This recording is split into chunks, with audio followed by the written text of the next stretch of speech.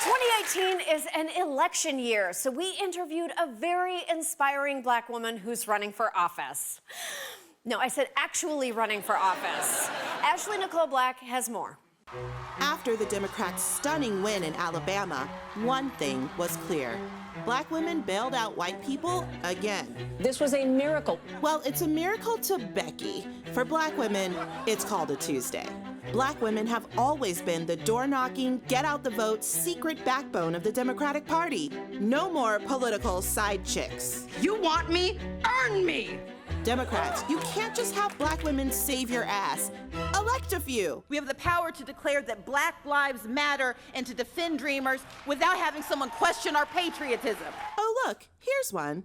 This is Georgia gubernatorial candidate and #style goals, Stacey Abrams. The state's House Minority Leader since 2010, she could be this country's first female African-American governor ever. But at only 44, she's 44 years younger than the average Democratic politician. So what are her credentials? So I worked once as a speechwriter, and when I was 17 years old on a campaign. I then worked for the mayor of the city of Atlanta, interned with the EPA, the Office of Management and Budget. I went to law school, became a tax attorney, started writing romantic suspense novels, became deputy city attorney for the city of Atlanta, a consulting firm, bring the WNBA to 2010. I decided I should run for leader of the House, Democrats, and I won.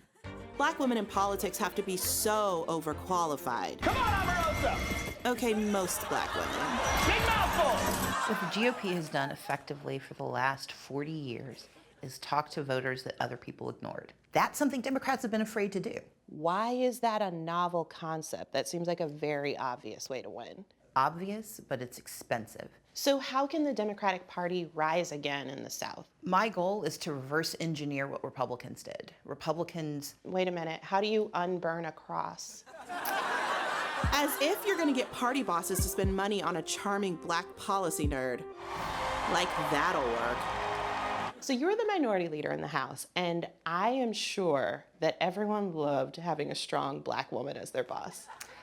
I will say that sometimes my style caused friction, but I take that as a badge of honor because they may not like me, but they respected me enough to elect me every single time. Okay, so I'm gonna put you down for screams into a pillow at night? Well, one of the challenges was they used to have what they called meetings before the meetings. Let me guess, was it all the old dudes? I didn't know you were a member of the Georgia General Assembly. You know, I'm just a member of America. And maybe the reason they didn't want to let her in is because she beats them at their own game. Probably one of my favorite examples was a representative named Bobby Franklin. Bobby introduced every year the Personhood Amendment, which would have outlawed abortion in the state of Georgia. But... Did you dress up like a fetus to get him to like you? I did not. Instead, she convinced the staunch conservative to vote against an anti-abortion bill written by his own party because the bill wasn't anti-abortion enough. We killed the bill by one vote because I convinced him that based on his own articulated beliefs, this action made the most sense. Is that what Black girl magic is? Because I thought it was wearing Fenty. You're like the Caesar Milan of Republicans. And Stacey has helped register over 200,000 voters, from Southern Blacks to white snowflakes. Maybe we do need voter ID. There are those who think that as a statewide matter, a Black woman cannot win. The way they frame it is, am I viable? And the answer is absolutely. But I'm tired of being first because when you're the first, that means people often think you should be the last. Hold on, how much harder have you had to work? I think I've had to work sometimes more than twice as hard. Why does that sound so familiar? I have not worked twice as hard for half as much, twice as good. You're the political Shonda Rhimes. That is the nicest compliment you could give me. We're gonna do a thing. What thing? Inject some Emmy Award-winning drama into your very practical campaign. I'm gonna need you to listen to me because I'm going to talk to you the way the Stacey Abrams I've known for 5 whole minutes would talk to you. Oh, so it's hard to run for governor? You're tired of being the first? So there's never been a Black woman governor? Actually, that is a lot when you say it all together like that, but that's how life is. So I need you to go out there and be the President Fitzgerald Grant.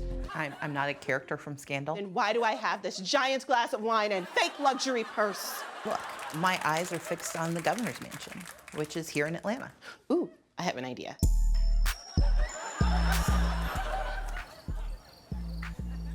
So what are we doing here? Atlanta, you know, like the show. Millennials love this. Just stare forward epically. Another TV show gag? This is a good bit. You couldn't even get Donald Glover. Put my couch back where you found it. Stacey is like one of Bob's burger. You know what? That's too far. Nope, she's right. We'll be right back.